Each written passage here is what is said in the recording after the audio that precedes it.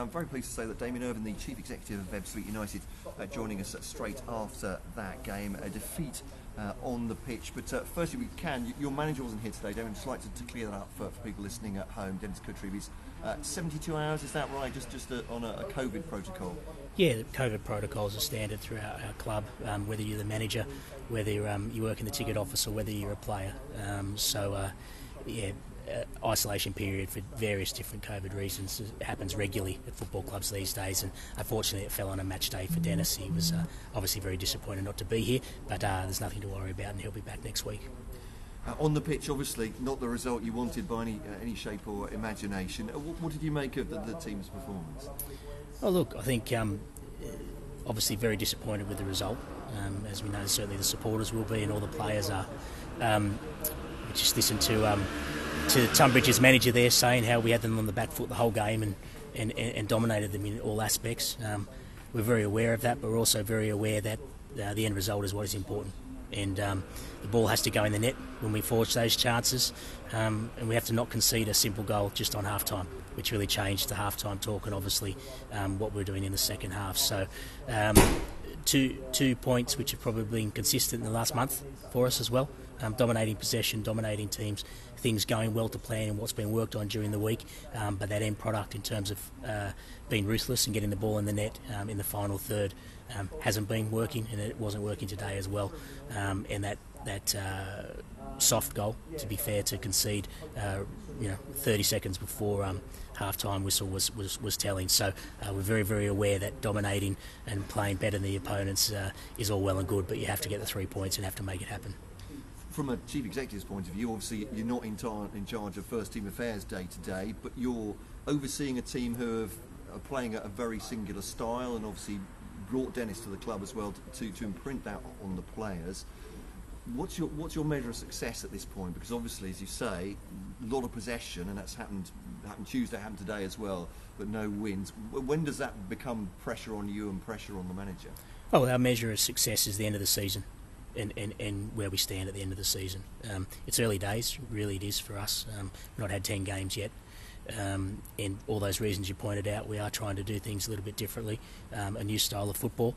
And so we always said that after 10 games we'd have a bit of a measure on where we're at, what needs to be done. So look, at the end of the day, our measure of success is where we are at the end of the season. Whilst I think even with results in the last month, we've had some results and still not been happy. We have very high standards. And it's fair to say that at times we haven't been at our best or where we want to be, but have still been banking points. That stopped today, to be fair. So, we need to get back in banking points, and then we'll be happy. We work week to week, and this week was a bad one for us. We appreciate, obviously, it is early, but fans will be looking at these games, and particularly at Kent derbies, and you'll understand that as well with derby games. There's even more focus from local fans of the bragging rights, I suppose, and a defeat against Tonbridge will hurt. Oh, it will, and it certainly hurts every player in there and all the staff. If it doesn't hurt, we've got a real problem. It's one of those days. It's a bad week. We've lost a derby game. We weren't at our best on Tuesday either, and for a draw. They're not the standards that we expect, and certainly not the standards the players expect either. And while it's not clicking at the moment, there is a lot of things that are, and there are a lot of things that aren't as well.